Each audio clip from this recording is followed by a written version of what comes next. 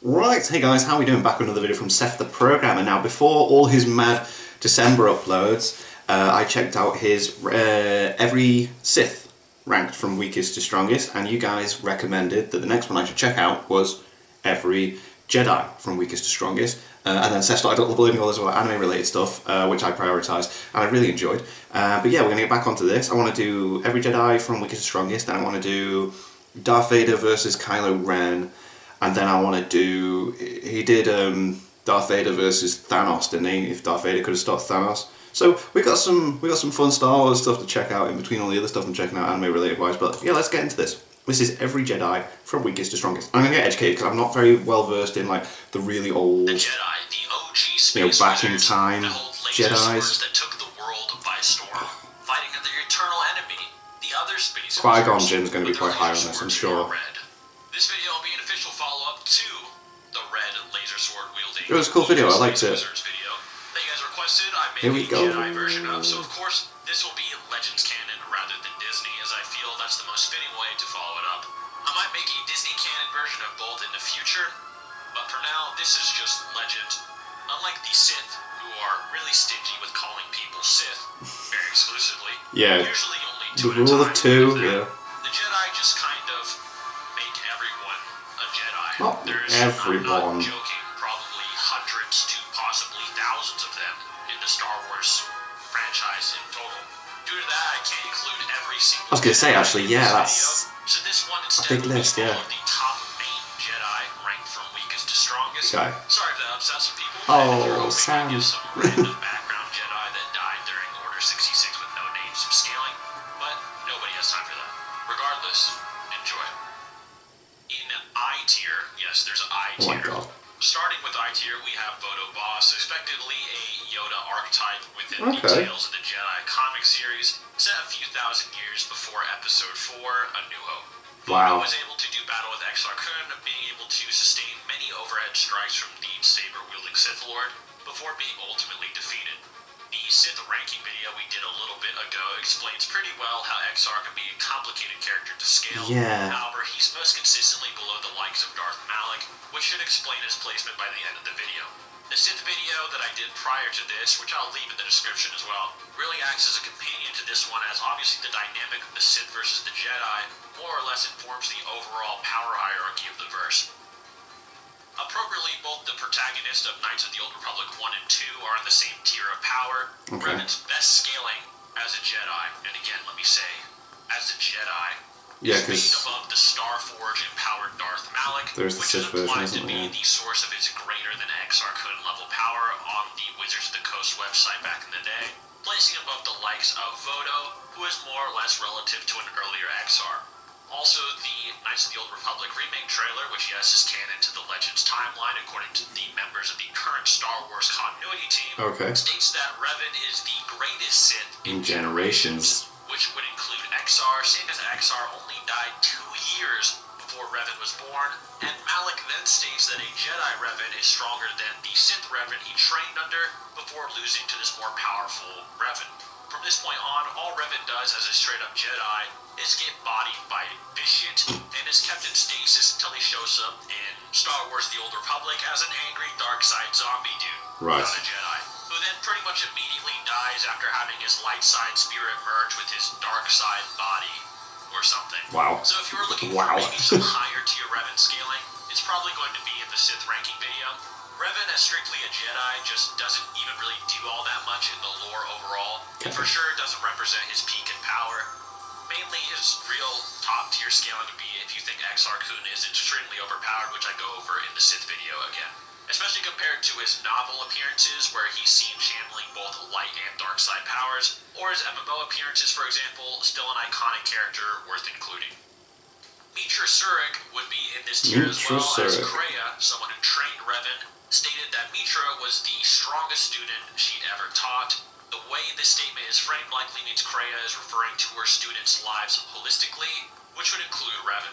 Even if his feats against Malak are at a time when he is no longer Kreia's pupil, still, Mitra has a pretty point-blank statement of being directly compared to Revan, as the Emperor's Wrath referred to them both as the Jedi's greatest heroes. so she'd still probably be in a similar tier of power. Right. Now is probably the best time to discuss the Hero of Tython. Hero of Tython. However, the story here is much the same as in the Sith video. When it comes to MMO characters, the scaling can vary wildly based on what story paths are Yeah, because chosen by obviously, the player. if you go There's one also route, here you're going to do... throughout much of Yeah, this list that difficult his one. peak is likely not when he is a Jedi. The hero is a possible candidate, again, if the player deems it so, to take the title of Outlander, which would scale him above even from this novel. As shown in the Sith video, again, at the end of the day, the hero is rather Check hard the to Sith place. video out, Just it's good, like the like... game itself, I'll leave it up to you guys to decide where exactly he scales. I mean, your hero of Tython could unironically be stronger than someone else's after all. Starting off with G tier with Qui-Gon Jinn, who is actually insanely impressive when you break him down. I was not expecting him to be this low. This is weird. Off guard on Tatooine, and was also able to put up a fight against Maul later on. I mean, I know Maul killed him, but I felt, because of Qui-Gon's manipulation of the Force even after he died... Oh, never mind. 1,000 years, and on top of it all, Maul was actively suppressing Qui-Gon's powers through the Force. So the entire time, Qui-Gon wasn't actually fighting Maul at his best. Kind of a monster feat when you consider it.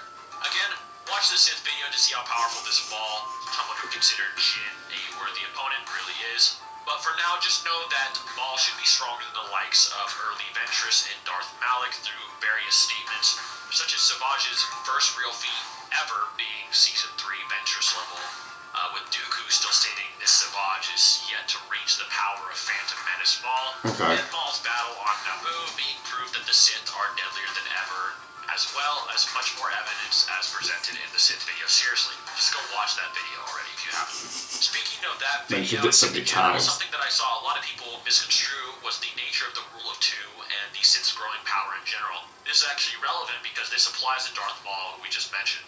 Some cited how many Sith seemingly use sabotage or trickery to defeat their masters, and therefore wouldn't be stronger than them upon their death. However, what those detractors overlook are the statements themselves, as well as the will of the dark side.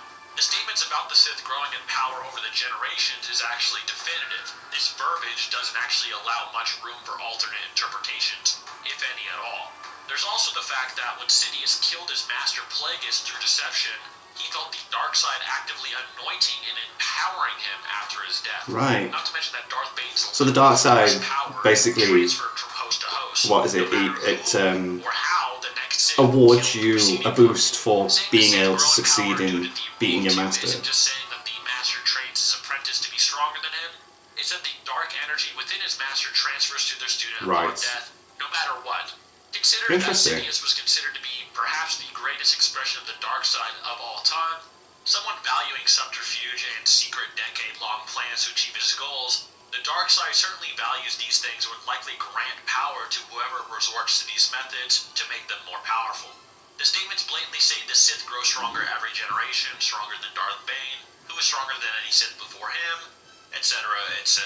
So Sith Lords are generally more powerful as time progresses within the Star Wars universe itself, with very few exceptions. This is important for the Jedi, as I mentioned earlier, as Jedi fight stronger and stronger Sith Lords. Right. Cleared up, we then have Sin Dralig, the Jedi Chief Saber instructor during the Clone Wars, should also slide into this tier based on a statement made by Count Dooku in Labyrinth of Evil, which implies he's around Episode 3 Obi-Wan level. So he should be above the likes of Phantom Menace Maul, seeing as Obi was able to hurt Savage with physical strikes, which is as true of Asajj, who prequel-era Obi also scales to, and Savage at that point was confident he could beat Darth Maul, likely assuming he's at the level of power he showcased around the Phantom Menace, but was shocked to learn that Maul himself grew massively in power, meaning that at this point in the Clone Wars, Obi physically stacks up to someone who is likely stronger than Maul, who he only beat prior due to the Sith underestimating the then Jedi Padawan. This all comes back to Sin Dralig, who would be a comparable threat to General Grievous as this same Obi-Wan. Eeth Koth was also winning against a very early Grievous and only lost the overall encounter due to getting jumped by Magna. Yeah, they just completely surrounded. Who is Anakin's Padawan. Keep in mind this is Legend, so Ahsoka doesn't have as many crazy feats like fighting Darth Vader or anything like that. It's a shame. It's pretty much strictly just the Clone Wars Season 1 through 6 as far as the ranking's concerned. Unfortunately, this is one of those tiers thanks to the wildly inconsistent scaling regarding Asajj Ventress and General Grievous brought forth by the 3D Clone Wars show. Essentially, for the most part, these two villains are more or less totally different characters when compared to the books and comics of the expanded universe in the Filoni Clone Wars. Okay. There are some tools we can use to make sense of it, like Asajj's growing powers throughout the war of Grievous receiving cyborg upgrades, but it's still pretty clear that the writers of the books and the Clone Wars had very different ideas for these characters. Consistently, it makes the most sense for Grievous's peak to be towards the end of the war, as he was able to press Mace Windu during a fight atop a moving train, before being nerfed before his Obi-Wan battle via Mace using the Force to crushed his. Yeah, that was sick. Because that literally led into the beginning of brought him towards Mace's movie level 3, didn't it? Mace damaged and weakened him. Managed to escape. So people like Ahsoka and Obi would not scale to peak Grievous. This is the most consistent argument, more than likely, but again, Grievous practically has his own multiple lanes of consistency. With that said, Ahsoka scales to this mid-war General Grievous, as seen in Season 5 of the Clone Wars, and would likely be towards the lower end of this tier. Like I said, though, this tier features characters who would as well be above Exar Kun, the Jedi Revan, and Mitra, scaling to Darth Maul, who is a deadlier Sith when compared to that ancient Dark Lord. The rest of the tier, besides Qui-Gon, could be lower in spite of that, due to there being various interpretations around Grievous' scaling. Hard to pin down everything on a character who can fight both Mace Windu and a saber duel, and get bodied by nameless fodders. Anyway, the moral of the story is that having a lot of writers on a story, not necessarily all working together at the same time, usually makes things pretty complicated. Yeah. Anyway, in F tier, we have some of the higher end, yet Windu? not really top tier Jedi, like Plo Koon, Oh, okay, he's not. Right. Ki-Adi-Mundi, Saesee Tiin, and Agen Kolar. Right, I thought he was going to put Windu in his bloody F then. Comprising Mace's select task force assigned to kill Darth Sidious, and should therefore scale above someone like Sin Dralig and the likes of F tier, seeing as Sin, who was on Coruscant, and be able to help Mace defeat Palpatine. Mace just must have figured he'd be better off with these guys rather than Sin. Kit Fisto is likely among the highest of these ranks, considering he lasted the longest against the most powerful Sith Lord in history up until then, at least compared to the rest of the teams, said Mace.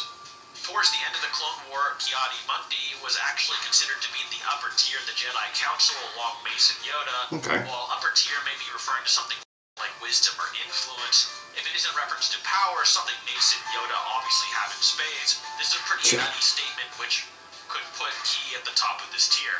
Although he was kind of jumped by a bunch of clones. Yes, he was. Looking right at them, which is... Yeah. Plo Koon would as well fit in here, seeing as he is stated to be one of the most powerful and dangerous Jedi ever at the point of the Revenge of the Sith. He as well could scale above Kit Fisto directly, as he more or less performs better against the bounty hunting Dirge when compared to the Nautilus Jedi, which wouldn't contradict Mace choosing Fisto to help him out, as Plo was off-world. If anything, it likely just means Mace would have picked Plo to help him, as well if he were on Coruscant to take down Sidious. And speaking of Mace Windu, Darth Maul actually held Plo Koon in a similar stature to Mace, as he considers them both truly great Jedi warriors. Even more to the point, in the Clone Wars lightsaber duel video game, Anakin mentioned that word spread of Plo defeating Yoda in lightsaber combat. Oh, whoa. Okay. It was likely a spar and not an all-out duel. Yeah, but still an insane statement regardless. Yeah, that's mad but again, for someone to say that. My consistency, and there's simply far more going for those in the tier above Plo Koon when power is concerned. Also, did you guys know Plo is actually a master of Force Lightning, having perfected a variant of the technique born out of a great sense of justice. We know the Sith variant is something that requires often effort done by Jedi Jedi. to deal with. It's a pretty potent ability from Plo, if you think that's at all true for his version called Electric Judgment as well. Wow. Around here is likely where we'd place the rest of the Jedi Council, as they are stated to be the best or most powerful of the Order. However, many of them don't really ever do anything of note, but could be around this or the tier prior based on those statements above. Take it or leave it really, if you just love all the characters on the Council for some reason. In E tier, we start to get to some really heavy hitters, such as Mace Windu, Yoda, and Anakin. Skywalker. Okay. All three share various statements at multiple points in the prequel era of being the most powerful Jedi in all of history, which once again sort of enforces that earlier statement I made about Maul, the Rule of Two, and the ever-increasing Sith powers. Yeah. And should thus scale above the lower tiers on this list by these statements alone. Starting with Mace, many people downplay his defeat of the Sith Lord Darth Sidious by assuming Palpatine through the fight. However, based on guides blatantly stating that Mace can and did outright overpower Sidious here, it's not actually a valid argument. Okay. Not to mention that Palpatine's weird spinning scream was actually stated to have nerfed or weakened Mace and his squad, so it's actually an even more impressive feat in Mace's favor than how it looks on the surface level. Right, okay, It's true that the pod redirects dark energy back to its host in Legends, meaning Sidious's dark side attacks would have actually empowered Mace in this fight. This is a standard ability Mace possesses, and would certainly be a factor of his practical strength within the universe. The pod is a very useful ability to have when the near sole purpose of the Jedi is to defeat the Sith, so for ranking top Jedi, perhaps one of his Jedi abilities to fight Sith should probably be considered. Also, even without these feats, Mace is still considered to be among the top tier Jedi of the time, and the strongest Jedi throughout of all of time up until Revenge of the Sith, just like Yoda and Anakin, with statements of being rivals to or even straight up equal to the Grandmaster's power. One shouldn't forget as well that while the pod can be used to redirect dark power, Mace rarely ever does this, if at all, before the Sidious fight, with the Revenge of the Sith novel stating that Mace fought the Sith Titan with no Jedi restraint. Wow. It was so submerged in the pod that he no longer truly existed as an independent being. All this implying that this probably isn't what a normal fight with Mace looks like, and he probably has never used the pod like this in combat before, so any guide statements or comments made about Mace's power within the universe itself saying he's, say, Yoda level or whatever, probably aren't actually taking into account this single use of the pod, as outside of this one battle, all the pod does is enable a Jedi to fight with ferocity, bordering on dark side use, like a controlled rage boost. So if anything, if you include the pod, his statements would only be amplified, they wouldn't be different. When it comes to Grandmaster Yoda, he has various statements of being the most powerful light side user up until Revenge of the Sith, while having feats of beating Mace in formal combat in the past. While some might point to the fact that Mace pretty objectively beat Sidious, whereas Yoda lost, it's actually stated that Order 66, as well as Anakin's descent into the dark side, made the Sith Master more powerful. Meaning that the would have weakened Yoda, lost to is simply stronger than the one whom Mace defeated. Anakin profits off of these peak prequel level Jedi statements as well, one among them being the fairly famous quote from the Revenge of the Sith novelization, saying that Anakin is the fastest, strongest, and unstoppable warrior, the best there is, and the best that ever has been. Jesus, in fact, what a prior statement. To the events of What Revenge a of the Sith, statement. Anakin was stated to be as strong in the Force as any Jedi who had ever been on the Jedi Council. He then handily defeats a going all-out Count Dooku. That's always another thing that's been discussed. I mean, Palpatine isn't protecting Anakin ever. He's trying to see how powerful is he.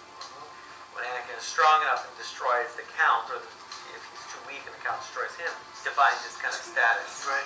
Someone who would have been a master equal to Yoda if he hadn't left the Order, and was already equal to Mace Windu as a Jedi prior, with Sith Dooku showcasing feats relative to Yoda and Mace Windu during the Clone Wars.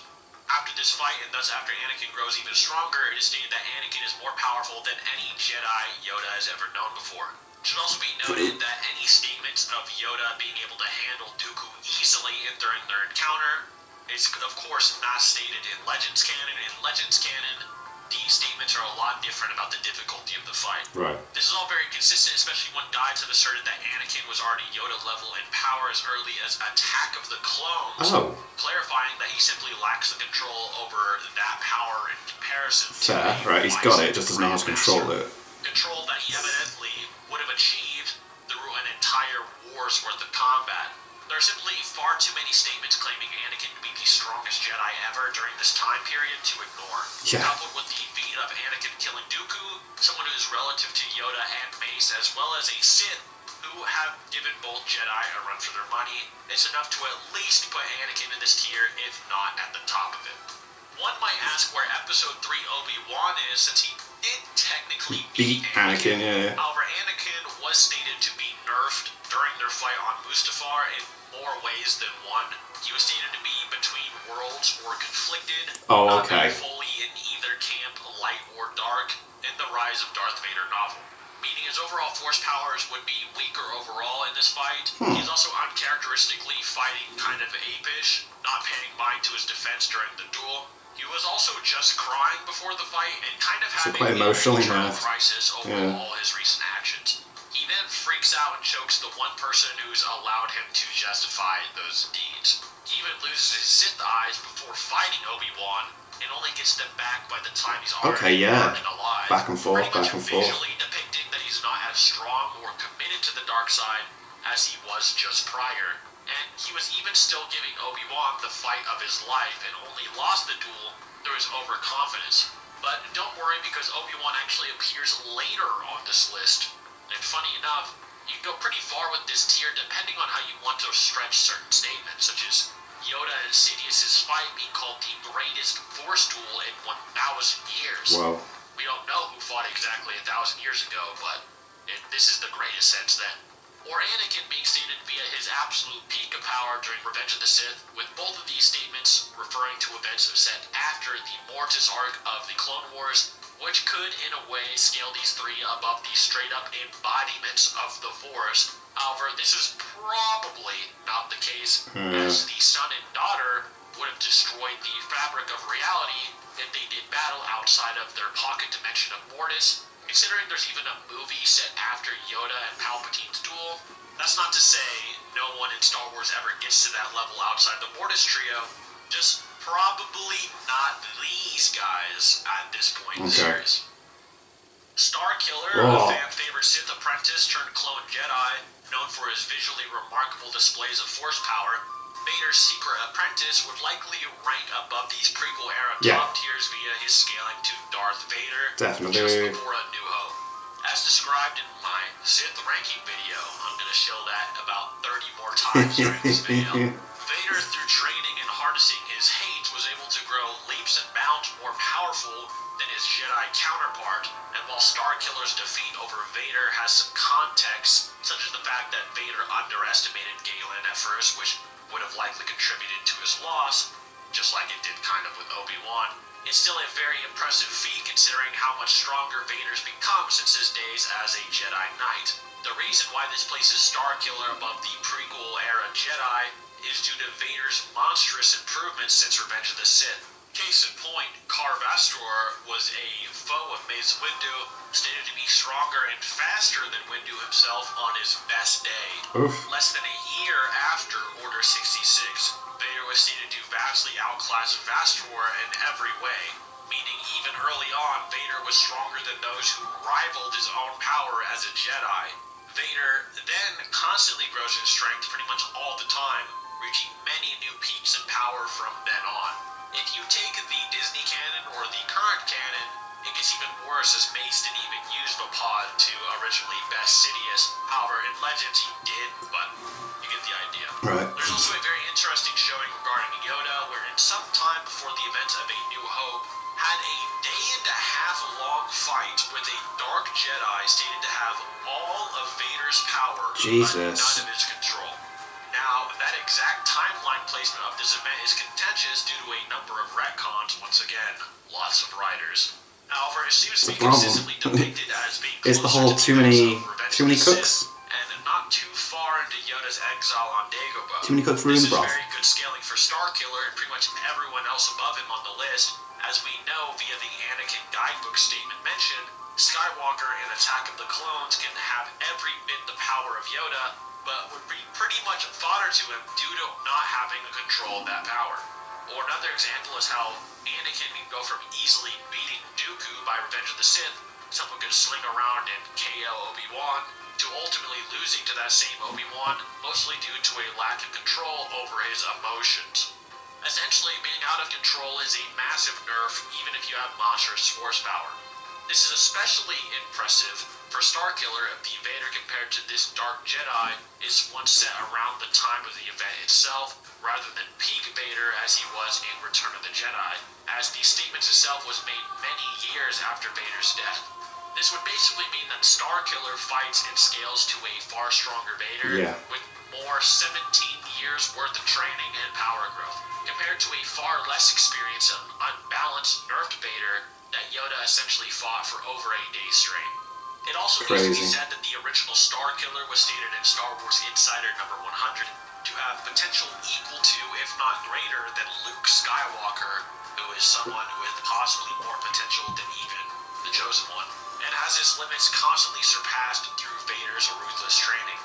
Even grows stronger through Force Unleashed 1 as he learns more about his true origins, and not hard to imagine why this guy is stronger than the prequel heroes. The matter of the fact is, the clone of Starkiller, as seen in The Force Unleashed 2, is stated numerous times to be above his original version, with his stronger Galen Merrick being weaker than Vader, who has now experienced the original Starkiller's power and learned from his initial mistakes. Vader was as well not trying to kill Galen, seeing as the clone was the first near success in a long line of failures, with Vader quote-unquote losing this fight through a combination of being attacked with his guard down, as well as his damaged suit's exposure and weakness to Force lightning, something Vader and his life support systems are expressingly vulnerable to. In terms of outright power, though, this 1 year before A New Hope Vader is clearly more powerful than Starkiller, impressive enough for D tier regardless. In C tier, we have Old Ben, or the older Obi-Wan Kenobi. Old Ben is actually probably stronger than his younger counterpart for a number of reasons. For one, it was stated in the A New Hope Jr. novelization published in 2004 that Obi had lost no measure of his power since his youth, meaning he hasn't become any weaker right? Sith. We also And he know fights that Darth the Vader. Master was actively training on Tatooine at least 2 years into his exile, being able to adapt to the planet's harsh climate rather quickly, so there's no reason for him to necessarily be weaker than he was as a younger man, unlike the Disney canon Obi-Wan Kenobi TV show. Dooku, Yoda, Sidious, all men who reach their primes and force powers long after in-real-life person meets their physical peaks. What likely proves Old Ben is outright far stronger than his past self is also his performance against Darth Vader. Like I said regarding Starkiller, Vader was stronger than those featured in the E tier very early in his career, and by A New Hope, he would be as well stronger than he was when he overpowered the strongest Jedi Starkiller in the Legends timeline. There are many varying statements informing the first ever lightsaber battle shown to audiences. At the end of the day, we can come up with a few interpretations. Either Obi-Wan is point-blank a match for Vader and allowed himself to die, or he could fight Vader for a time but ultimately grew too fatigued to continue the fight and used his inevitable death to teach Luke a lesson. Or Vader considered Old Ben weak and represented an absolutely unwinnable obstacle to the aged Jedi Master. Depending how one chooses to combine or parse all of this information will likely determine your personal placement. However, it is more than likely the case that Old Ben at least somewhat scales to a Vader, even if it is a losing fight and Obi would eventually run out of steam. This would scale Obi above Starkiller, someone who was pretty definitively on the losing side of a fight against a weaker form of Vader, as Darth Vader has many statements of pretty much constantly growing in power. Of course, he's stronger than he was as Anakin, as shown in the Sith ranking video, and he has statements asserting that he is at a new peak of power and A New Hope, so much stronger than he was when he pretty much beat Starkiller. Remember too that Vader gets even more powerful after his fight with Old Ben, so Obi doesn't quite scale to peak Vader when it's all said and done. Again, however, there's a lot of information that could prove to be outright contradictory without a lot of legwork to make sense of it at all, so your mileage may vary with the old Obi-Wan scaling. In B tier, we have Kip Duran, Kyle Katarn, and Leia Organa Solo. Kip Duran was a Jedi who, as early as having his power first felt by Luke Skywalker, was directly compared to Yoda and even Old Ben. Kip would of course grow stronger over the years, which would scale him above C tier. Leia, nearly 30 I knew I years recognized these names. Yeah, I read the new Jedi Order books. I really liked them. And the Kyle Katarn, famously the protagonist of the Dark Forces video game series, as well as the Jedi Saber instructor of Luke's Jedi Order, is directly compared to Kip Duran by Luke Skywalker 40 years after A New Hope.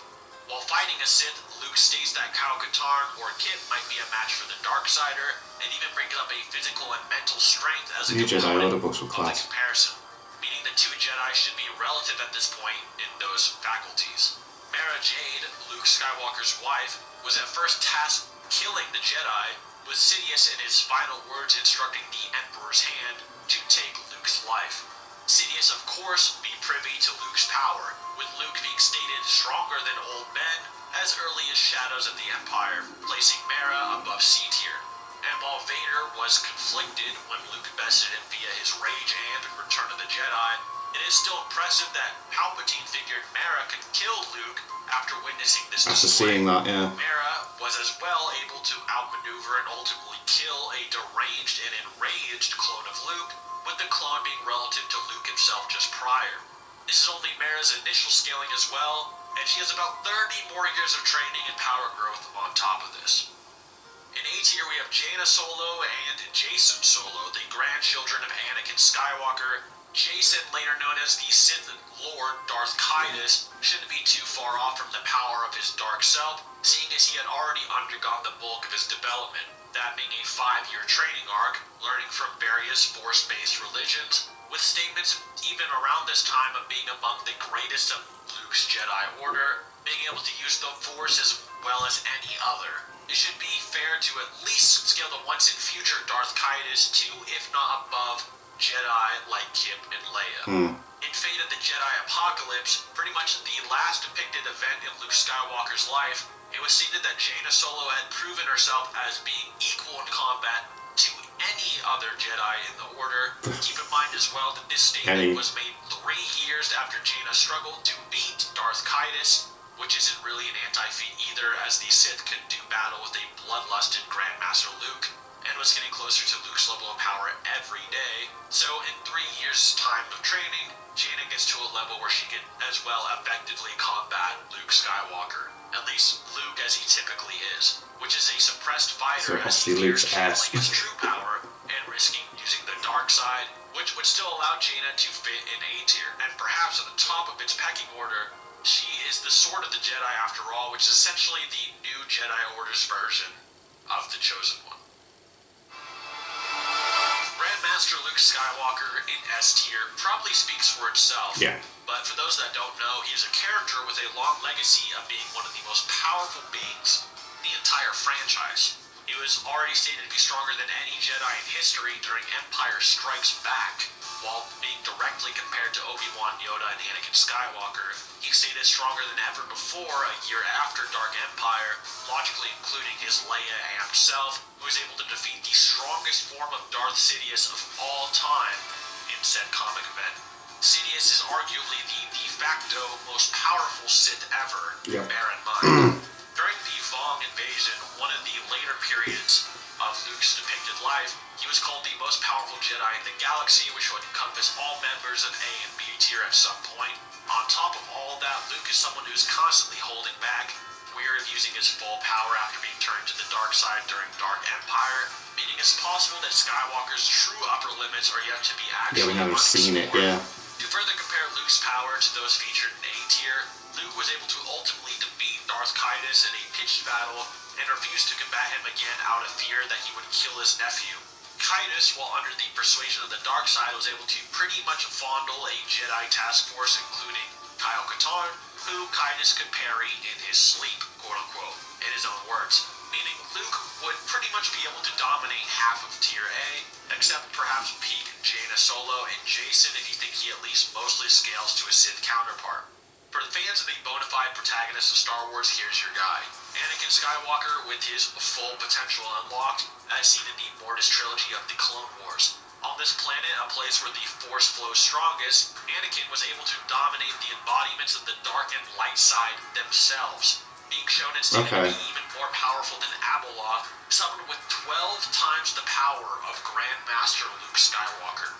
Now, while Luke was able to defeat Abeloth with the help of Darth Krayt, a Sith relative to Luke in power, her death came at a time when her avatars across the galaxy were being killed off, which likely nerfed her. This is a worthwhile distinction to make, as the ones were stated to be more powerful than Abeloth herself, being capable of imprisoning Abeloth over and over again, forcing her back into her black hole prison for centuries. Many fans of Legends tend to overestimate Abeloth's power, citing how the father had to save the son and daughter from the embodiment of chaos, as the two looked afraid and sullen when faced with her. However, based on the statement from StarWars.com, as well as the context surrounding this instance as well, it's likely that the son and daughter were simply emotionally reacting to their surrogate mother's horrible transformation. Okay. Keep in mind that the two legitimately loved their caretaker. I think all of us would probably look pretty afraid if any of our parents turned into this all of a sudden. Yeah. Even if you think you could take them in a fight. So essentially, Anakin at his best can bully creatures stronger than someone a dozen times more powerful than Luke Skywalker.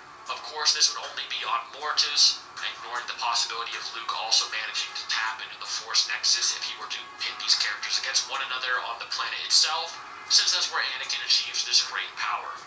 Luke has statements of having at least similar, if not greater, potential than Anakin, and should have far greater skill and control than his father, at least as he was in the Clone Wars. But again, Anakin on Mortis, when he's at his best, is stronger than Luke's ever been in the series, besides possibly the hypothetical Mortis and Grandmaster Luke, which doesn't actually exist.